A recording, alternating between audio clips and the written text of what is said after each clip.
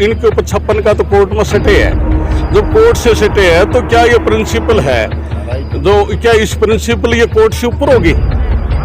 क्या इस प्रिंसिपल को, ये हमारी बहन बेटी है, क्या इसको इतना इसने मतलब इतना अधिकार दे दिया कि कोर्ट से बड़ी होकर कोई अपनी मनोबली जाहिर कर दी?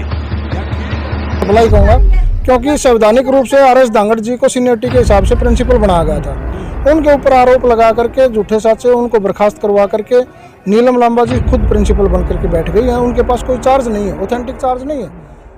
और जीत का था, मेरा खुद का YouTube चैनल है, मैंने कभी भी चैनल पर सैलरी का पैसे की चीज नहीं डाली, आप सोच सकते हो। लेकिन अब की बार जो मुद्दा था वो तो गर्दन काटने के बराबर है। जब आपको अंदर एंट्री नहीं करने दे रहे, रजिस्टर में नहीं जा रहे, आपका एक्सपीरियंस नहीं बना, आपके पास सैलरी नहीं, ठीक है हमारे पास बैक है, अगर बैक नहीं होता तो सर्वाइव ही नहीं करते। ये तो आपको क्लियर से आते हैं। मैं 7 बजे सुबह आ जाता हूँ, मैं मतलब यहाँ 4 बजे तक रहता हूँ, इतना घर जाता हूँ तो 7:20 पे जाता हूँ, रात हो जाती है, सुबह जल्दी निकलना पड़ता है। तो 15,600 मेरे गवर्नमेंट में काम करता हूँ।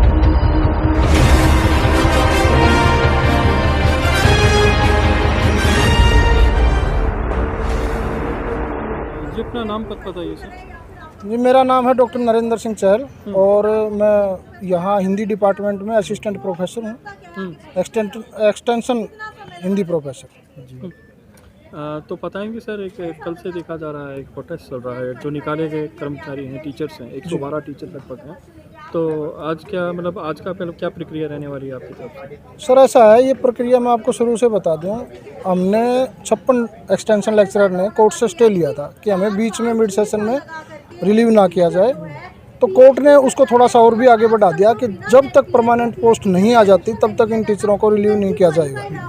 अपने आप को छोड़ के जाए तो जा सकता है, तो वो स्टे हमारे पास है।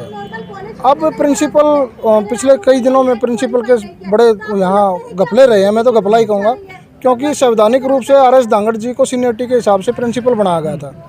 उनके ऊपर आरोप लगा करके झूठे साथ से उनको बर्खास्त करवा करके नीलम लांबा जी खुद प्रिंसिपल बन करके बैठ गई हैं। उनके पास कोई चार्ज नहीं है, ऑथेंटिक चार्ज नहीं है। और उन्होंने कोर्ट में केस किया धांगड़ जी ने कि भी मेरे साथ गलत हुआ, तो कोर्ट में वो सुनवाई चल रही है। उसी दौरान कोर्ट ने ये भी कहा कि आप किसी प्रकार का बड़ा निर्णय नहीं ले सकते नीलम लांबा को, लेकिन उसने बनते ही सबसे पहला निर्णय यही लिया कि 112 जो एक्सटेंशन लेक्चरर हैं उनको रिलीव कर दिया। और रिलीव भी इस तरीके से किया, रात को वो नोटिस डालते हैं कि ओड सेशन जो है वो समाप्त हो गया है और क्लास टर्मिनेट हो गई है, कल से ऑफ है। टीचर सुबह जब आए, अब ऑफ शब्द को तो समझ नहीं पाए ना, हम भी नहीं समझ पाए। कल की कवरेज में हमने जो बयान लिया था नीलम लांबा का, वो कह रहे हैं इस पर प्रोटोकॉल हर सेशन में यही रहता है, हमने स्पेशली यही पूछा था। सेशन के एंड में होता है। आपके पास आपकी जानकारी के लिए मैं बताऊंगा, वो क्लिप मैंने भी देखी है। उन्होंने ये भी कहा था कि हमने बीच में कोई ऐसा लेटर नहीं दिया है रिलीविंग का। बलबीर साहनी जी प्रिंसिपल होते थे, उनका लेटर मैं आपको आज दिखाऊंगा, और वो लेटर निकाल के देना भाई। उन्होंने हमें ऐसे किया था, लेकिन सेशन एंड पे किया था उन्होंने, तो उसी के बेस पे हमने कोर्ट से स्टे लिया और कोर्ट ने कंटेम्प्ट डाला। उस कंटेम्प्ट में ये वो लेटर है जो पहले दिए गए हैं। बलबीर साहनी जी उस कंटेम्प्ट में फंसे। उन्होंने लिखित में माफ़ी मांगी और कहा जी मैं कोर्ट के आदेशों का मानना का जो मैं सम्मान करता हूं और मैं इन टीचर्स को उसी डेट से वापस लेता हूं। पहली बात तो ये आपके पास लेटर है, नीलम लांबा का पहला झूठ तो यही पकड़ा गया। दूसरा, उन्होंने अपनी तानाशाही करते हुए मिड सेशन में नहीं होता, क्योंकि अभी तो बच्चों के असाइनमेंट असेसमेंट बाकी हैं। हमने नंबर लगाने होते हैं बच्चों के, 20% जो नंबर होते हैं वो बच्चे का टेस्ट, बच्चे की असाइनमेंट और बच्चे का बिहेवियर, उसके नंबर होते हैं। वो असेसमेंट हम तैयारी कर रहे थे और वो 10 तारीख तक हमें जमा भी करवाने थे, लेकिन बीच में ये कांड उन्होंने कर दिया, एक्सटेंशन लेक्चरर को रिलीविंग कर दिया, और वो भी गोलमोल तरीके से। उसके लिए हमने लिखित में एक लेटर दिया मैडम को कि मैडम आप या तो रिलीव करें तो मैं रिलीविंग लेटर दीजिए, जो नॉर्म होते हैं उस हिसाब से, या हमारा रजिस्ट्री दीजिए जिसमें हम हाजिरी लगा लें। तो मैडम ने कहा मैं सरकार हूँ, मैं प्रिंसिपल हूँ, मैं जैसा चाहूँगी वैसा करूँगी। अगर आपको जवाब चाहिए आप कोर्ट में जाइए, कहीं भी जाइए। उसके बाद हमने डीसी साहिबा को ज्ञापन दिया है, एडीसी साहब को ज्ञापन दिया है, और जो पुरानी मैनेजमेंट कमेटी थी हमारी सतपाल पालू जी, उनको भी हमने ज्ञापन दिया है। तो कहीं से अभी तक कोई रिस्पांस नहीं आया है। रिस्पांस ये आया कि समाज के जो प्रबुद्ध लोग हैं, दिलबाग सिंह हुड्डा जी आज आए हैं, वजीर सिंह ढांडा जी, वजीर सिंह फोगाट जी और सुंडा जी, बलवंत सिंह सुंडा जी आप जानते हो, जो जाट आरक्षण में बहुत बड़ा सहयोग इनका रहा है। आज ये लोग हमारे बीच में आए हैं ताकि ये संस्था का नाम बर्बाद ना हो, संस्था बर्बाद ना हो। यहाँ हर वर्ग के छात्र पढ़ते हैं, ये केवल जाट समाज का बच्चा नहीं पढ़ता, यहाँ 36 बिरादरी के बच्चे पढ़ते हैं और उनको वो सारी सुविधाएं हैं जो एक गवर्नमेंट कॉलेज में होती है। जिस बच्चे की फ़ीस माफ़ है वो भी है, जिस बच्चे को जैसा सहयोग हम कर सकते हैं अपनी तरफ से हम वो करते हैं। तो हमारा आपके माध्यम से, क्योंकि आप इस समाज का चौथा स्तंभ हो, आप समाज में जो होने वाली गड़बड़ियाँ हैं उनको उजागर करके उनको आम लोगों तक पहुँचाते हो। तो मैं आपके माध्यम से ये कहना चाहता हूँ प्रशासन को भी और हमारे समाज को भी और 36 बिरादरी को कि आप अपने बच्चों का भविष्य बचाइए और इस अस्थायी और असंवैधानिक रूप से जो प्रिंसिपल बनी बैठी है इसको हटा करके संवैधानिक रूप से जो प्रिंसिपल थे आर एस डांगर जी, उनको लाने में हमारा सहयोग करें ताकि ये संस्था बची रहे, यहाँ के बच्चों का भविष्य बचा रहे और शिक्षा जो है वो सुचारू रूप से चलती रहे। क्योंकि बहुत जल्द पेपर होने वाले हैं बच्चों के इस सेम के, और अगर ये पेपर डिले हो गए तो बच्चों का अगला सेम जो है वो फिर ख़राब हो जाएगा। तो इसलिए मेरा खास करके जाट समाज से एक अनुरोध है कि भाई खंडके वाले ईब उठ लो, न्यू का अगर खेत में बीज बो दिया और नहीं संभाला तो डांगर चढ़ जाएंगे उसने। अब डांगर बढ़ चुके हैं संस्था में और वो चरण की पूरी तैयारी कर रहे हैं। बहुत सारा जो कागज़ कार्रवाई थी यहाँ से चोरी हो चुकी है, ताले तोड़ चुके हैं और रात बरात वो जो ज़रूरी कागजात थे वहाँ से बाहर जा चुके हैं, कैमरे बंद कर देते हैं। तो इसलिए मेरा अनुरोध है पूरे जाट समाज से और पूरे 36 बिरादरी से कि आप शिक्षा के क्षेत्र को शिक्षा का क्षेत्र बनाने में हमारा सहयोग करें। हम केवल अपने हकों के लिए नहीं लड़ रहे, हम विद्यार्थियों के हकों के लिए भी लड़ रहे हैं और समाज के लिए भी लड़ रहे हैं। गलत होता है, ये बात आप जन तक हमारी पहुँचाएँ। आपका बहुत बहुत धन्यवाद। थैंक यू जी। बाबू जी नाम बताइए आपका। मैं बलवंत सुंडा, जिला अध्यक्ष जाट सेवा संघ हिसार और जिला अध्यक्ष जाट आरक्षण संघर्ष समिति पर खाप और किसान नेता।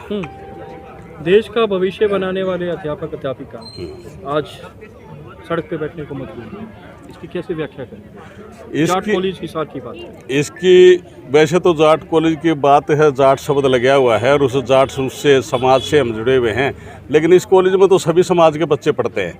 बात उसकी नहीं है, बात यह है कि जब 112 अध्यापक और जब मिड सेशन में निकाल दिए जाएं तो बच्चों का भविष्य भी तो उस पर डिपेंड करता है।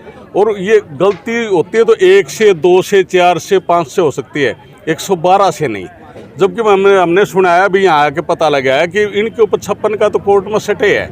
जब कोर्ट से सटे है तो क्या ये प्रिंसिपल है जो, क्या इस प्रिंसिपल ये कोर्ट से ऊपर होगी?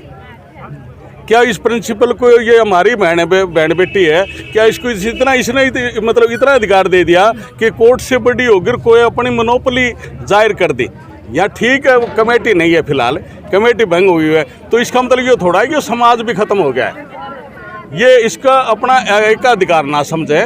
और यहाँ मतलब अभी समाज जीवित है, यहाँ बुद्धिजीवी लोग काफ़ी हैं, हर तरह के मतलब सामाजिक ढांचा भी आ चला हुआ है। और इन बच्चों का, इनके बच्चा जो जिन 10 साल नौकरी कर ली वो बालक कहाँ जाएंगे? ठीक है मतलब पक्के नहीं है, वो एक कल बात है। तो चलो ये कल 2 साल में पक्के हो जाएंगे, साल भर में पक्के हो जाएंगे, पक्के हो ना हो ये कहीं और ज्वाइन कर लेंगे। लेकिन इसका मतलब ये थोड़ा कि इनका भविष्य धर्म छोड़ दे। इनका भविष्य तो के साथ खिलवाड़ करने का तो इसको कोई अधिकार नहीं है।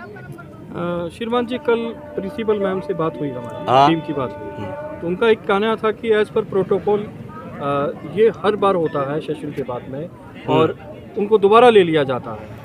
तो ये बात सुनने को प्रिंसिपल मैम की तरफ से आ रही है? नहीं सर, सुनने भी हमने अब ये सुना है, ये सारे बच्चे, ये जितने टीचर है 112 यही कह रहे हैं। हमने सुनने में आया कि यह प्रिंसिपल नहीं है, इसके पास प्रिंसिपल का अधिकार ही नहीं है, तो इसने कैसे मूव कर लिया? जबकि इनको कोर्ट पर सटे है 56 ऊपर, तो ये तो अपने आप को कोर्ट से ऊपर मान लिया। ये मोनोपोली नहीं चलेगी, अपने आप में सुधार कर ले और बालका का भविष्य है ना, इनके साथ खिलवाड़ ना करें। धन्यवाद। बताइए। नमस्कार जी, मनोज बुरा हूँ जी, department of geography, Shriram Jat college Hisar जी। हाँ जी।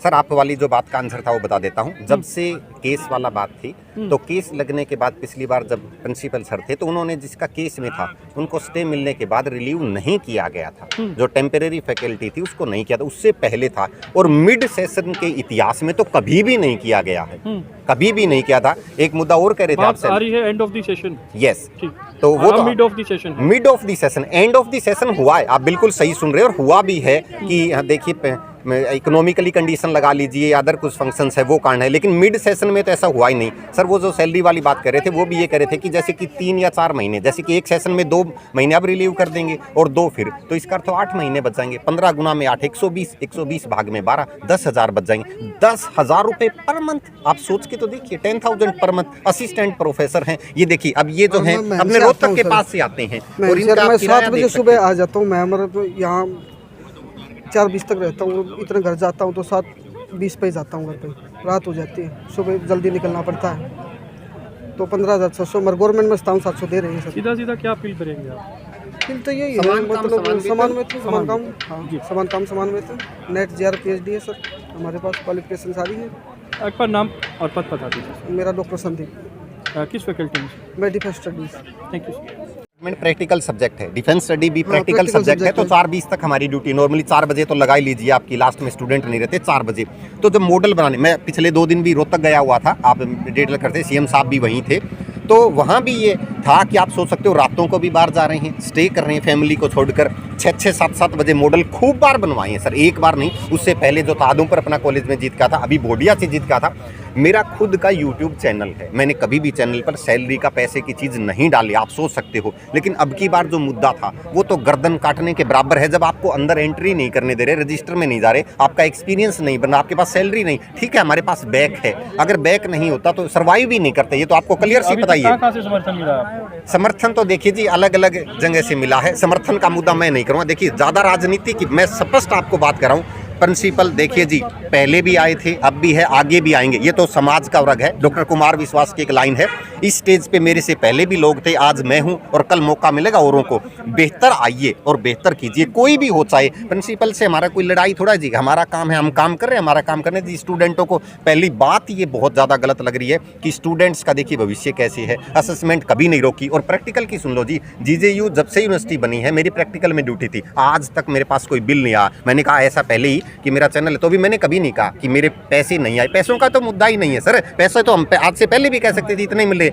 ये मुद्दे तो हम साथ में गिना रहे हैं। मुद्दा है जी ड्यूटी पर एज ए टीचर जो हमारा सम्मान है, हमारा जो गर्व है, उसको ही नहीं मिल रहा, तो इसका तो गिरेबान पर ही हाथ वाली बात है जी। दर्द उस चीज़ का है, राजनीति नहीं कर रहे हम, ना ही राजनीति के लिए बने हैं जी, और कोशिश करेंगे कि राजनीति से दूर ही रहें। टीचर अगर राजनीति से दूर रहेगा ना जी, मेरा ऐसा मानना है। तो इंडिविजुअल नहीं बात, इसके साथ कुछ और बात आपने स्टार्ट की, लगभग 15+ के ही सैलरी आती है, इस मंथ की अभी तक भी नहीं आई है, ये बात थी। और एक बार तो ऐसा हुआ था कि 22 को भी आती है सैलरी की बात, आप पूछ ही रहे हो, इसका अर्थ 15+ में सैलरी। नॉन टीचिंग की सैलरी 6 और 7 को, डिटेल देख लो आप, तो पक्षपात क्यों? क्या आपने प्रिंसिपल मैम का बयान सुने जो कल पब्लिश हुए हैं हमारे चैनल? हाँ जी सुना था जी, उन्होंने कहा थी कि फिर आप ही बताओ सर, मैं फिर बता दूं। जो मिड सेशन की और एंड ऑफ सेशन की बात आ रही है वो एक बार दर्शकों को समझा दीजिए, एज पर प्रोटोकॉल की जो बात आ रही है। ऐसा है जी, जब तक ये नियम था, पहले जो था, जब तक ये कोर्ट केस नहीं था, उससे पहले ये था कि सेशन के अंदर जो है, एक सेशन खत्म होने के बाद जब एंड टर्म होती है तो आपको रिलीव कर सकते हैं, उसके बाद जो है फिर दोबारा से रिलीव कर सकते हैं। लेकिन जब से स्टे था, स्टे लगने के बाद हाई कोर्ट के आदेश, आपको कॉपी देख ली थी ना आपने सर, वो उस कॉपी के आदेश थे। तो पिछली बार जब प्रिंसिपल सर थे तो जिन पर जो लगा हुआ था ना, जो कोड ऑफ कंडक्ट बोलने वाली स्थिति थी, उस स्थिति में जो केस वाले थे ना, उनको हटाया नहीं गया था। उनसे उनकी सैलरी भी आई है प्रॉपर, उसी मंथ की सैलरी भी आई है, उनका कोरोना काल के दौरान सैलरी आई है, तब होती तब ये स्थिति थी। तो आज तो उनका स्टे लग ही रहे ना, या हट गया वो तो बता दो आप, फिर आप ऐसे कैसे कह सकते हो? अब बोलिए मैं सही बोल रहा हूँ या आप सही बोल रहे हो, आप बता दो। जी देखिए, हम एक माध्यम है, मीडिया दोनों वर्जन हाँ जी। है। मैं सीधी सीधी बात करूँ, क्या अपील आप कुछ करना चाहेंगे माध्यम चैनल के माध्यम से? देखिए सर, सीधी सी बात कहूँगा, टीचर हैं, अच्छा जो आपको लगे पूरा डिफाइन कीजिए। आप चौथा स्तंभ भी कहे गए हैं पूरी तरह से। एक स्कूल के अंदर भी लिखा होता है शिक्षार्थ आइए और सेवार्थ जाइए, एक तीसरी लाइन मेरी जोड़ लीजिए, शिक्षार्थ आइए, सेवार्थ जाइए और परमार्थ पाइए। मैं उस लेवल पर चला गया हूँ इस बात को कहने में। इस माध्यम से आप समझ सकते हैं, आपको जो अच्छा लगे लोगों से, समाज से पूछिए, अच्छा नहीं है इससे भी कम कर दो। हमारी 15,600 है ना, लग रहा है कि ज़्यादा है कॉलेज में, आप 10,000 देने स्टार्ट कर दो, वो दिक्कत नहीं है, लेकिन कॉलेज में तो रखो। मैंने पहले ही कहा था ना, सैलरी का मैंने मेरे चैनल के द्वारा भी नहीं, आप 10,000 देने लग जाओ, कोई बात नहीं, वो एक बाद की बात है, कॉलेज के पास नहीं है, हटाओ तो ना, हाँ या ना, ये तो बता दो। अब 4 महीने हम हट गए, अब क्या काम करूँ? एक बात सोचो, अब 2 महीने में रिलीव कर देते हैं, तो मैं 2 महीने क्या करूँ? आप बताओ, मेरा क्या करूं? कोई दुकान पर काम करूं, स्कूल में ज्वाइन करूं मैं 2 महीने के लिए। मैं सीबीएसई स्कूल में, इंग्लिश मीडियम स्कूल में भी पढ़ाया हुआ है सर मैंने, ठीक है, मॉडर्न डिफेंस स्कूल में पढ़ाया था, उससे पहले हिंदी मीडियम स्कूल में भी कॉलेज में आने से पहले मैं पढ़ा था। उन 2 महीने में क्या करूं? फिर एंट्रम फिर होगा, फिर 2 महीने में मैं क्या करूं? आप बता दो ये काम। और खाना खाने के लिए तो रोटी चाहिए ना, आप भी मान रहे हो, फिर भी हमने कहा बैक से चलने। लेकिन अगर सोचा जाए, क्या बैक से ही इतना पढ़ने के बाद भी, नेट क्वालिफाइड होने के बाद भी डॉक्टरेट में कर रहा हूं, अगर ये चीज़, ये डॉक्टर साहब तो डॉक्टरेट हैं भी, और ये भी डॉक्टर साहब है, डॉक्टरेट है, इतना करने के बाद भी अगर ये स्थिति रह जाती है, आप खुद जज कीजिए। मैं कर, हो सकता है मैं गलत कर रहा हूं, मैंने आपको पहले कहा ना, मैं इस स्टेज पर, मैंने इतनी बड़ी बात बोली है, इस स्टेज पर मुझे मौका मिला आज बोलने का, इससे पहले भी आप बहुत लोग थे और कल भी यहाँ बहुत ज़्यादा आएंगे। आप सबसे अच्छे के साथ जो न्याय बनता है ना, वो कीजिए। असली अगर इंसान हैं आप और आपको लग रहा है कि दर्द है ये टीचर का, तो आप मानिए, नहीं तो ये कह दो जी 15,600 ज़्यादा है हमारे पास देने के लिए, 10,000 है, 10,000 एक बार दे के देखो। लेकिन आपको सम्मान के साथ, आप एक बार मेरे से पूछो, आप हेड हो किसी संस्था के, एक इंडिविजुअल पर्सन है, क्या आपका अधिकार बनता है कि आपकी जो फैकल्टी उससे पूछो भी आप दर्द में हो, आप हमारे अगेंस्ट में, बनता है कि नहीं? एक बार सही बताओ, मैं नहीं पूछ रहा, हाँ या ना? बनता है ना? हमारे एचओडी मैडम है, बहुत बार, देखिए मैं जब से गया 2 दिन गया, मेरे पास कम से कम भी 15+ फोन आए, मनोज कैसा है, बेटा कैसा है, पूछ रही थी ना, मतलब टीम को लेके जाने में, तो क्या दर्द पूछने का फर्ज नहीं बनता? एक बार हम अगर मान लीजिए ये बात यहाँ तक क्यों पहुंची, पहले ही पूछ लो। इंसान पहले है ना, राजनीति तो बाद में बनती है, इंसान पहले है ना हम, और टीचर से भी पहले इंसान ही देखा। सीधा सीधा हम बात अगर डिबेट करें तो बहुत बड़ा टॉपिक बन जाता है। मैं आपसे शॉर्ट में एक मैसेज लूंगा, एक अपील लूंगा, क्या कहना चाहेंगे? बिल्कुल स्पष्ट कीजिए। और अगर आप कहते थे गुरु गोविंद दोनों खड़े वाली बात तो बहुत लंबी हो जाएगी, 21वीं शताब्दी में बहुत गहराई में चला जाऊंगा। कल सीएम साहब रोहतक में थे और पंडित नेकीराम कॉलेज में भाव भंगिमा में इमोशनल, वो कह रही थी रिकॉर्ड निकलवाइए, पुरानी संस्थाओं का जो बंदे थे उनको भी निकालिए। उन्होंने क्या कहा था, नई सारी 78 करोड़ रुपए मंजूर किए हैं, 105 जो कॉलेज थे उनसे 168+ करके 173 कॉलेजेस बनाए हैं। रेशो जो है स्टूडेंट टीचर का वो देखिए, उसके बाद भी मेंटेन, देखिए दोनों चीज़ों को बराबर लगाइए आप समाज में। यहाँ स्कॉलरशिप भी चलती है कॉलेज में और कॉलेजों में भी।